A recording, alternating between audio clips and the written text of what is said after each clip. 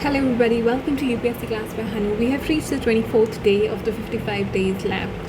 और आज हम अपनी कहानी को कल से आगे और कंटिन्यू करते हैं. सो yesterday we left at कि अब इंद्रजीत ने ऐसे इल्यूजन क्रिएट कर दिया है कि उसने सीता माँ को मार दिया है और पूरी वानर सेना का मोराल टूट चुका है. लेकिन अब विभीषण जो है वो स्टेप इन करते हैं और वो बताते हैं कि ये सब कुछ झूठ है, ऐसा हो ही नहीं सकता. क्योंकि अगर ऐसा होता तो रावण, अगर सीता माँ का अंत ही होना होता तो रावण पहले ही लौटा देता. कितने लोगों ने उसको कहा था कि वो लौटा दे, पर उसने ऐसा नहीं करा.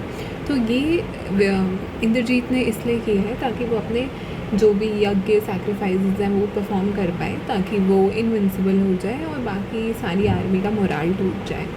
ये सब बातें सुन के राम जी कन्विंस होते हैं और वो लक्ष्मण जी को बोलते हैं कि जाओ लक्ष्मण, जाकर लड़ो इंद्रजीत से और बता दो उसको कि अधर्म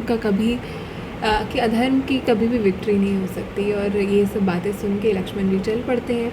अब लक्ष्मण जी और वानर सेना जब पहुंचती है इंद्रजीत के पास, तो वो देखती है कि वो तो अपना यज्ञ कर रहा है और उसके सामने एक बहुत बड़ी सी आर्मी जो ऐसे एक ब्लैक क्लाउड की तरह लग रही है, जिसने सब तरफ से घेर रखा है इंद्रजीत को और मतलब प्रोटेक्ट कर रखा है. और they are ready to face Lakshman ji और वानर सेना. अब बहुत भीषण युद्ध होता है. वानर सेना उन पर आक्रमण करती है, राक्षसों की डेथ हो जाती है. और ये जो लक्ष्मण जी हैं वो ये सब कुछ देख रहे हैं. विभीषण जी भी साथ में हैं, वो भी फ़ाइट कर रहे हैं और लक्ष्मण जी भी फ़ाइट कर रहे हैं. करते करते अब इंद्रजीत को रियलाइज़ होता है कि उसकी आर्मी हार रही है. वो अपना यज्ञ बीच में छोड़कर उठ कर आ जाता है और वो भी खुद लड़ने लगता है.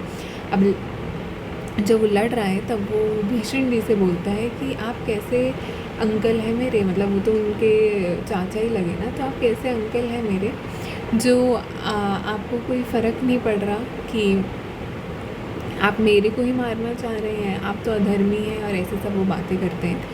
तब विभीषण जी बोलते हैं कि अधर्म की बात तुम तो मत ही करो.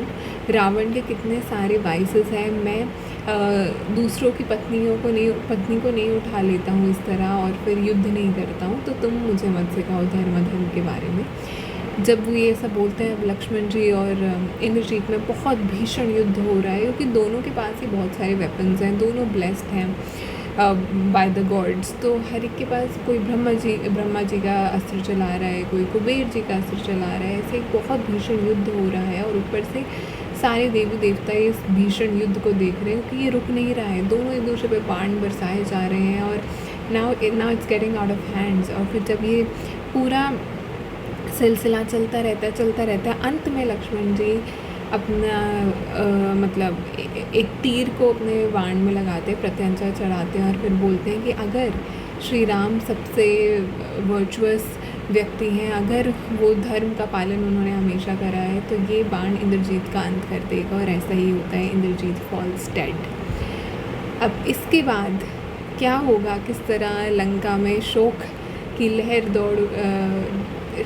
लहर दौड़ेगी, किस तरह अब रावण को स्टेप इन करना पड़ेगा, ये हम देखेंगे कल.